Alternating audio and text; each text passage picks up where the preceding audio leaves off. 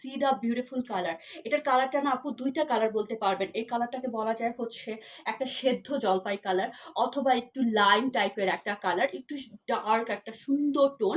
সেদ্ধ জলপাইটা আমার কাছে এটা পারফেক্ট মনে হয়। তার সাথে একটু মেরুন রেড। আপু এটা কিন্তু maroon red, this is not proper red, not proper maroon. Maroon রেডের সাথে ব্ল্যাক কালারের পাতা দিয়ে একটা সুন্দর ডিজাইন দেখেন।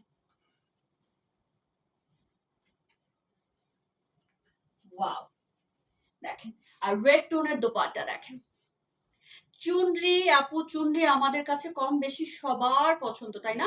চুনরি দোপাট্টা আমাদের সবার সবার পছন্দ, সো তারা কিন্তু এটা নিয়ে নিতে পারবেন। দিস ইজ রিয়েলি ভেরি মানে beautiful colourful and huge dupatta. আপু দেখেন দোপাট্টা লেন্থ দেখেন, খুবই সুন্দর। এটা হয়ে যাচ্ছে আঁচল। আঁচলটার এখানে আজরাক আছে। Just see the beautiful. এটা কিন্তু রেড টোনের ভিতরে, দোপাট্টা কিন্তু রেডের ভিতরে, আর ড্রেসের কালারটা কিন্তু সেদ্ধ জলপাইয়ের মধ্যে। এবং এবং এবং এই যে আপু এখানে হয়ে যাচ্ছে কি বলেন তো,